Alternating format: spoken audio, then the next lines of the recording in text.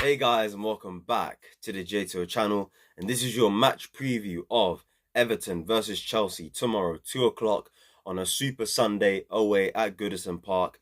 As Chelsea will look on to continue the brilliant form that they have been on in the Premier League and in all competitions in general. We've won our last 8 games now, all W's, including 5 of those in the Premier League. So yeah, Chelsea are doing well and they will look to continue that momentum tomorrow with hopefully a win at Everton. And if we do win at Everton tomorrow for at least a couple hours, Chelsea will be top of the league if we do beat Everton tomorrow at Goodison Park. Now, it's going to be a really, really tough game, and I'm going to get into why it's going to be a tough game and into the predicted lineup and stuff like that. Enzo Maresca, what he's had to say in his press conference. And before we even get started to do those things, you look at the Premier League today, obviously Arsenal, as I'm recording this video, they're currently 4-1 up against Crystal Palace. So they've definitely won that game, which means they're on 33 points, which means they're a point behind us at the moment in the league. Nottingham Forest have won today. They've ended up beating, what's their names? Brentford away from home 2-0 today. And as it stands, they are currently in the Champions League spot. They are fourth in the table with 31 points. I mean, that is unbelievable. What they're doing this season is unreal. Nuno, definitely one of the managers of the season. Up there with Maresca, Arne Slot, trust me. Hey, he has done a phenomenal job at Nottingham Forest. And maybe to an extent, I shouldn't be surprised because Forest have spent a lot of money. When you look at the team and you look at the squad, they actually have good players. It's just about gelling. And Nuno, look, he's done this before at Wolves before. He's done well over there, got them Europe before. So what's to say he can't get Europe with Nottingham Forest? And the big one today, Manchester City lost once again. I mean, they are on a downward spiral at the moment, and it's bad. They lost today against Aston Villa. I didn't watch the game, but they lost 2-1. I saw the highlights. To me, I'm seeing a bunch of Manchester City players that just look like they've down tools. Dare I say it, they're kind of looking like Chelsea in 15-16. Except the reason why it doesn't look anywhere near as bad as Chelsea in 15-16 is because Manchester City actually had a decent start to the season in terms of the amount of wins they got within their first 10 games of the season, or within their first 10 games of the Prem season. Like they were getting wins under their belt. But their last 12 games in all competitions, oh my lord. It has been a disaster. They've just gone on a downward spiral. And it doesn't look like it's going to sort itself out anytime soon until the January transfer window comes up. So Man City are in a crisis. Pep Guardiola can't seem to figure it out. They're currently sixth in the table. You know, Nottingham Forest are ahead of them. If Bournemouth win tomorrow, they go above them.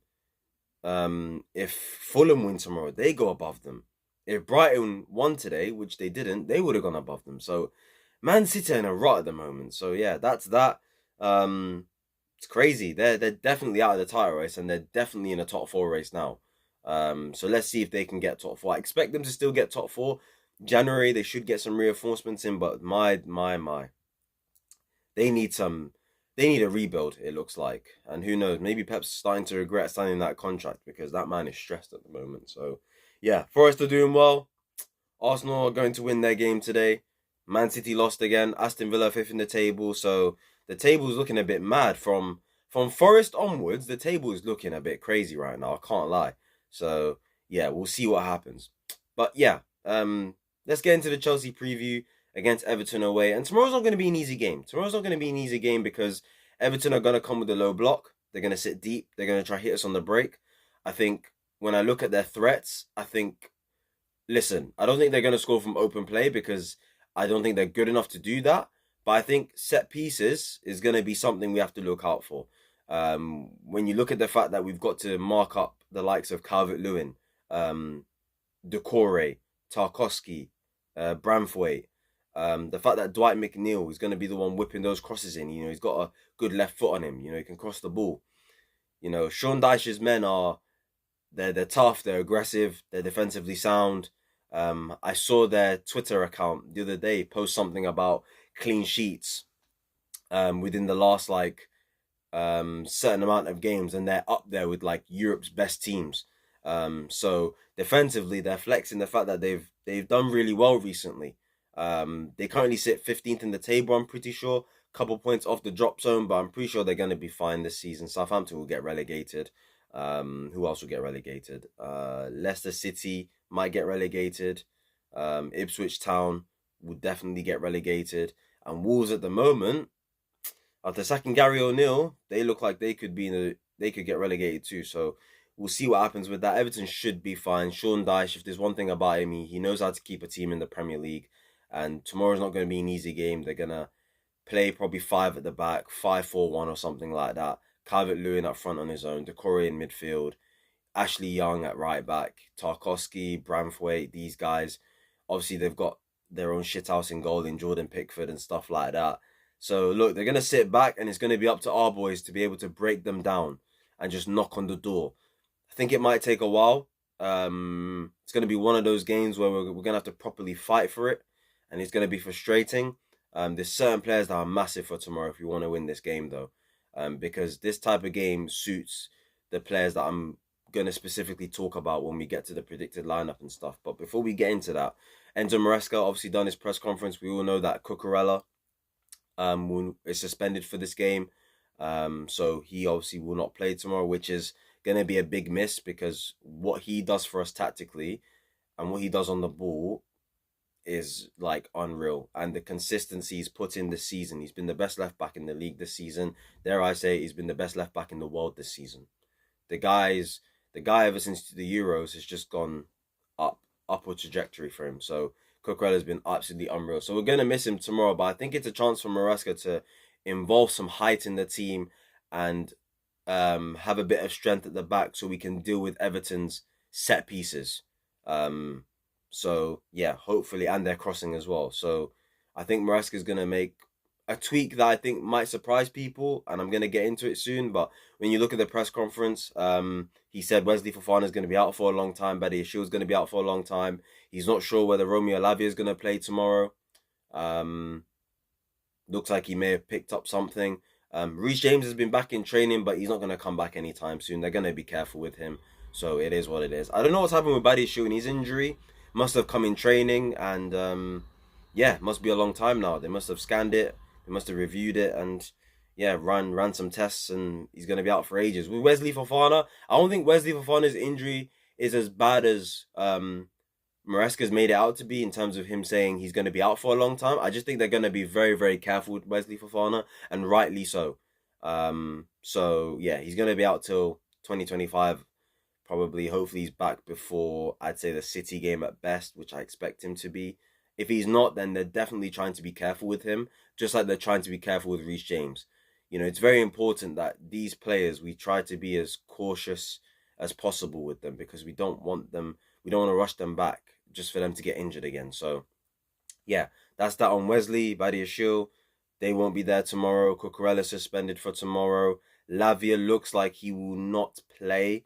Who knows if he'll even make the matchday squad? I think he will, but chances of him starting is probably next to zero, if we're being honest with you. So, based on that, any more team news?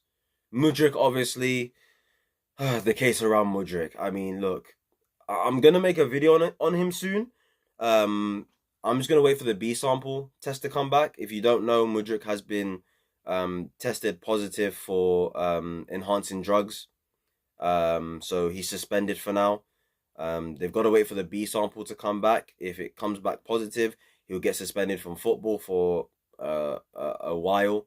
But if it comes back negative, which is unlikely, then he obviously will be innocent and he'll be able to play his football. Let's hope for all of our sakes, and his sake especially, that he is innocent. So that's what I'll say on that. Anyway, let's get into the lineup and what I think Enzo Maresca is going to put out. So as you can see on screen, this is the lineup that I think Enzo Maresca is going to put out. And it might surprise you to an extent. I've obviously gone with Robert Sanchez in goal. I've gone with a back four of Disasi, Tosin, Colwill, and Gusto as the left back. I've gone with Enzo Fernandez, Caicedo in the midfield, Palmer in the 10, Neto on the right, Sancho on the left, Nicholas Jackson up front. Now, the first thing you're probably thinking is, where's Renato Vega? Cucurella suspended?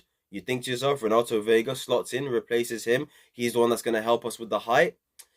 I don't think he plays tomorrow. I don't think he plays tomorrow. And I think there's a couple reasons for it. I think Disasi will play over him, right? And the couple reasons I've got in mind. One, the Conference League game on Thursday. Renato Vega played the whole game. Vega played 90 minutes against Shamrock Rovers, whilst Disasi came off. Disasi got substituted off. If Renato Vega was going to play, then maybe he would have been the one to come off and Disasi plays the whole game. So, based on the fact that Disasi didn't play the whole game against Shamrock Rovers, makes me believe Disasi is going to play as the right back tomorrow. I think another reason for this is I just think, based on how I've seen Maresca use both of them, I think if it comes down to it, I think he trusts Disasi more than Vega. He's got more experience, he's played Premier League football longer, and I think Disasi will be able to handle and be comfortable playing in an environment like Goodison Park tomorrow, considering the atmosphere, considering the pressure, considering the fact that Everton are a complicated side to play against, and there's going to be high pressure moments and situations. And I think Maresca, will trust Disasi to handle that better than Vega, because Vega is a good player, but he's clearly raw. He's got a mistake in him. He's got a lot to learn. And I think in a high pressure game like tomorrow that we have to win to keep up with Liverpool and to make sure we're still 4 points clear of Arsenal, I just think Maresca will go with the safe option and go with Disasi. I think another reason is I think tactically, I think he'll make more sense for him to play Disasi rather than Vega, because I think this is where we talk about Gusto now. The way Maresca's used his fullbacks, he's got his fullbacks to invert, but they invert next to Cole Palmer as a number 10. And they crash into the box and they make an impact for the team going forward. Vega has never had to do that.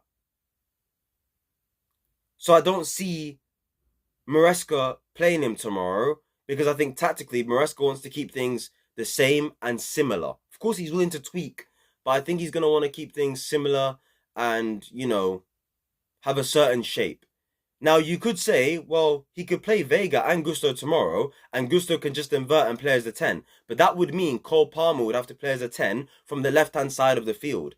And we all know Cole Palmer doesn't do as well, or you don't feel Cole Palmer's influence in the game as much when he's playing as a 10 on the left-hand side. That's why I'm saying he's going to play Gusto as the left back tomorrow. So Gusto occupies that left half space in the 10. Cole Palmer, who's left-footed, occupies the right half space as a number 10 to then link up with Neto. This is how I'd have it on screen in terms of on the ball. This is how I see Maresca setting up. Disasi, tossing, Cole as like your back three, Enzo and Caicedo as your midfield, Gusto next to Cole Palmer. Then you have your front three of Sancho, Neto, and Nicholas Jackson up front. And I believe he's going to want Enzo Fernandez to be that box-to-box midfielder that Enzo's been playing in recent games, where in the build-up, Enzo's there next to Caicedo, getting the ball, spraying passes, making sure we break through Everton's press if they do press. They're at home. I expect them to an extent, but they're going to have respect for us because we're a good team again. So, yeah. And then as Enzo Fernandez gets the ball forward and we attack them, then Enzo crashes the box. So I think from a tactical perspective, I think there's Gusto can offer more, alongside the fact that Disasi, I think, just has that experience and a bit of know-how about him as well. So yeah, that's why I think he's gonna go with Disasi instead of Vega. Everyone expects Vega. I think it'll be Disasi. I think Disasi will play right back. That way, Tosin can be the central defender as well. Because if Gusto inverts, we're gonna have to play Tosin as a right centre back. And Tosin's not good as a right centre-back. So that's something you have to kind of look out for. Do you know what I mean? And Tosin's not good at defending wide areas. Now, don't get it twisted. Cole and Disasi, they're not the best at defending wide areas, but they've done it many times and they're learning from it, I guess. They have a bit more experience. They would likely know what to do defending wide areas than Tosin would. Tosin's too slow. The guy's not agile enough. Neither is Disasi, but Disasi's got a bit of pace about him. And Colwell's agility is pretty good, and his acceleration too. So that's that. So yeah, Caicedo will be in the midfield. He needs to have a good game tomorrow. Enzo Fernandez in that midfield. Jackson, let's hope he can get a goal tomorrow. But Jadon Sancho and Cole Palmer are the ones I'm looking at tomorrow to inspire this win. Those two have to be on it tomorrow. Because for a game like this, we need players that are good against low blocks. Jadon Sancho is fantastic against a low block because he can pick out a pass. He's good in tight spaces. He's comfortable receiving the ball with his back to goal. He's comfortable linking up with his players. He's comfortable dribbling, taking on players, close control. He can find a pass that can just, you know, create a chance, if you know what I mean. So Jadon Sancho is needed for these types of games, you know. Not so much a Noni Madueke. You need a Jadon Sancho. Even a João Felix would be great for a game like this tomorrow. So don't be surprised if maybe he starts or something like that. But I don't see that quite happening, to be fair. But yeah, it's massive that Jadon Sancho just does his thing, takes on his man, finds a pass, links up, does well in tight areas of the field in which it looks congested and there's loads of players around him. And Cole Palmer's the same. Cole Palmer's the exact same with his little touches, with his little flicks and tricks. He's shooting outside the box, his passing range as well. Enzo Fernandez is going to be massive as well for his creativity as well. So Enzo, Sancho, and Palmer's creativity, they're going to have to be on job tomorrow if we want to win this game of football. That way we can get Neto into the game. You can get Nicholas Jackson. Give him the chances so he can put them in the back of the net. So, yeah, it's not going to be an easy game tomorrow. Don't see Everton scoring from open play, to be completely honest with you. But yeah, that's my team. That's the line that I think Enzo Maresca is going to go with. It might surprise a few people, but it won't surprise me. It's been hard predicting Enzo Maresca's lineups this season, so you never know. He'll probably go, he might just go with Gusto and Vega. He might just, you know what he might do? He even might go with Caicedo right back. You never know with this manager. You never know with this manager. You know, he changes the lineups, makes tactical tweaks, and Chelsea just win the game. So whatever Enzo Maresca does, I trust him, and hopefully we just get the 3 points tomorrow, and hopefully Tottenham can do something against Liverpool. Is that too much to ask for? I don't know. But yeah, in terms of score prediction, I'm going to go with a 2-0 Chelsea win. I'm going to go with 2-0 Chelsea. It'll be tough. Very, very difficult. It's going to be frustrating. We're probably going to miss some gilt-edged chances. But as long as we defend the set pieces well, and we keep on going, we just keep on knocking on the door, eventually the goal will come. It's very hard to concentrate for 90 minutes. And I know Arsenal, and I know Everton did well at Arsenal last week, but Arsenal's attack compared to ours it's not the same. Ours is like clearly superior. And I think everyone would agree with that. So yeah, let's see what happens tomorrow. That's your preview, guys. If you did enjoy this video, make sure to like, comment, subscribe, turn on those post notifications, and I'll see you guys tomorrow for the match review of the game. Hopefully Chelsea win, can go top the league for a little bit, and we'll see what happens with the Liverpool game. So yeah, like, comment, subscribe, and I'll see you guys tomorrow. Peace.